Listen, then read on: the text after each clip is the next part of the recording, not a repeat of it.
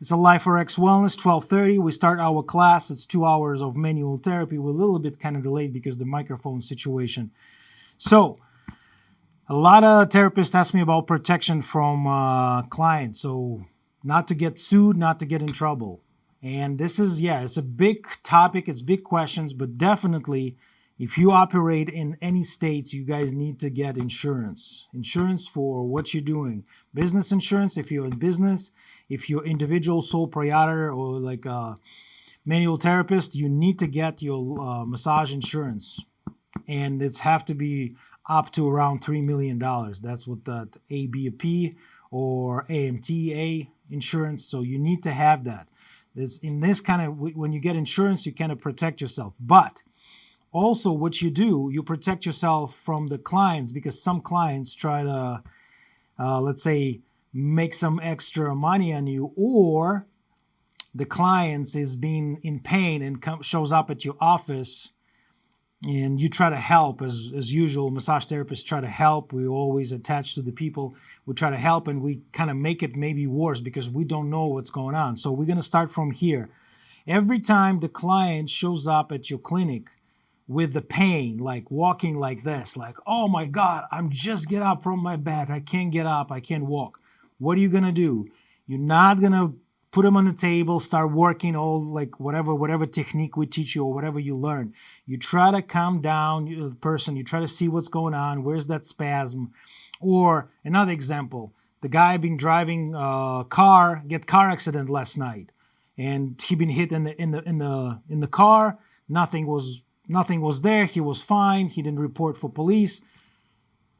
He wake up in the morning. He can't turn his neck. Whiplash. Do you know what's going on up there? It might be vertebra get cracked, maybe some sliding forward, maybe some muscle, maybe tear muscles. We don't know. So in this case, you always talk to your client. Say, hey, this is kind of dangerous situation to operate for me on your body. I would like you to sign the waiver. So the waiver, this is mean, I'm not like you shows up like that. And if something happened during the session, it's going to be all on you, on the client. And you let them sign, and this have to be paper. Or if you got the tablet, like we do tablet, you have to sign on that tablet and date it. This is the key. You protect yourself. If person come in, you put them on the table, you work, person get up, it's feel worse because, like I said, you don't know what's going on. Maybe some nerve damage, maybe some spine problems, and you like right in here, like that bulge comes up, and you guys working on it, make it worse. It's happened in my practice, not in my practice, few times, but when I operate with a massage therapist, it's almost happened every month. Person come in with a stiff neck. Not the neck, lower back. The person try to mobilize it, try to move around. Boom. What's happened up there? If you feel that stone area lower back, the person can lean forward, can extend, can rotate. What's happening? Why it's been like a conquer up there? Why? Because the brain want to protect this area from the pain. Your brain don't want that pain, so they're gonna lock it everything in. And what you did, you mobilize that hip, you pull that back. Of course, the pain is going to come back. And next day, the person wake up and, oh my God, pain. Why? Because they're being for purpose. In that kind of case, you have to slow down. That's what I usually do. I create the program for these people. I create the packages. If people come in like this, like I said, packages and many sessions, like whatever you decide with the person. One session a week, 2 sessions a week, to get to this stage when person feel good, to feel movements without any pain. Do not try to help your person right away, because if you put all this pressure on him, all this manual therapy, first of all, he's going to be sore next day. And some people don't know about it. They wake up and they get panic. They get up in the morning and like, oh my God, I'm sore. I can't do that. I can't do. You always have to explain. If you did work, good manual therapy, deep work, some people are going to feel sore. So always talk to your clients and protect yourself with the waiver. If people sign the waiver, you wake up in the morning, feel worse, he call you back. And one more thing, let the client know, call you next day, or you call the client next day and see how this person feel. This is important to do. If paying clients come in, always call them next day, see how they feel. It's very good relationship between you and customer, and could be create that relationship and friendship between you and clients. And of course, you're just going to be make sure you okay. And a contract, or contract, yeah, sign the contract, waiver, whatever you guys have it. If you're interested in our type of waiver, we have a couple of waivers for events. If you go outside, if you work with many people, if someone create event, like a chair massages, and also individual. So you can copy this, you can use our waiver, just change your name and maybe add something, because different state, different regulations. But I believe if California waiver, that's waiver for every state, because California is most ridiculous state about rules and regulations. I believe for Texas regulation, you need only like 3 regulations for massage therapy. In California, it's like you need 24 regulations. So, and it's crazy one. So you guys have any questions about it, David? I know we're going to ask people later. People think that they're worse. Sometimes they're sore the next morning, but when they're sore, they think they're worse. You made them worse, but they may just be sore. Yeah. Some people, like I said, wake up because there's so many lactic acid in your body, and you release it. People never get massage for years. So you did massage, they wake up next day, like neck, and they feel sore. It's okay, because this is that like a kind of recover time. In next few days, they're gonna be like a brand new, like a flying stuff, and that's what we try to say.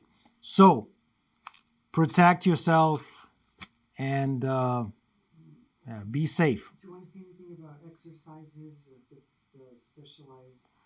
Exercise, yeah. You see, sometimes therapists, they don't have this license for exercise, and they tell like a client, hey, do the bands, do this, do that. If you don't have license, if you don't have this continuing education as a fitness coach or instructor or whatever rehab guy, I always show them the video. So I just get my couple links in my phone or on my sheet somewhere, and I send it to them like, hey, this is the hip, do this exercise, do that exercise. This is what I did.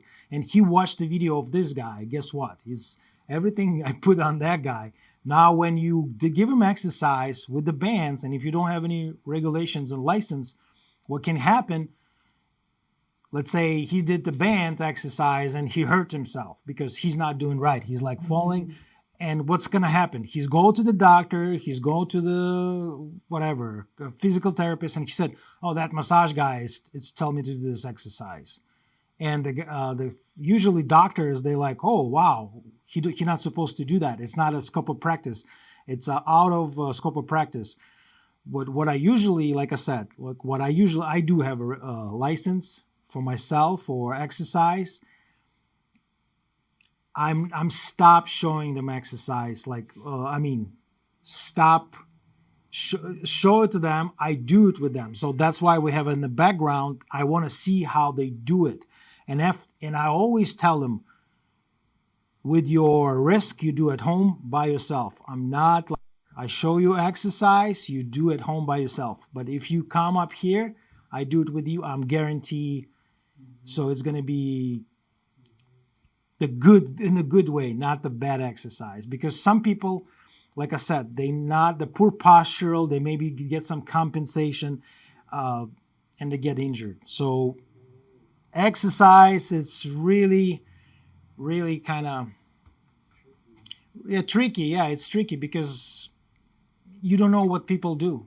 Like what exactly they're doing. Maybe they look it down and lock at those spine, and you can injure. So tell the people, you want to do exercise, come and do exercise with me. We do rehab. You want to watch the video, watch the video.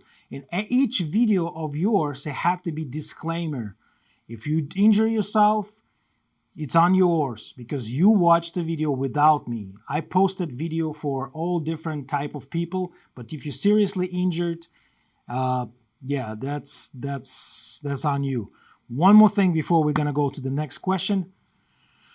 If you feel it's too much, if you feel that person like I did before, the person come in and lower back pain,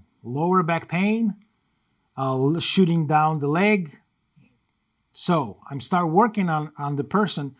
She was already on the table, and I asked her the questions. Did you done anything for it? And she didn't say anything. But when I put her on the table, she said, "Oh, I just get this injection 2 days ago in the spine, cortisol injection." So she blocked her those pain with the injection of the spine. Massage therapists can work for up to 30 days after injection in the spine, and this is really restricted. For me, that was like I'm fucked. Like I'm right here, the person is already on the table, I'm already started doing manipulation, and that's the problem. If person on the table, so ask all those questions. And if person too much stuff, too much pain, send them to the doctor. Make sure the doctor is going to sign the paper. I mean, sign the paper. You can go to massage therapy.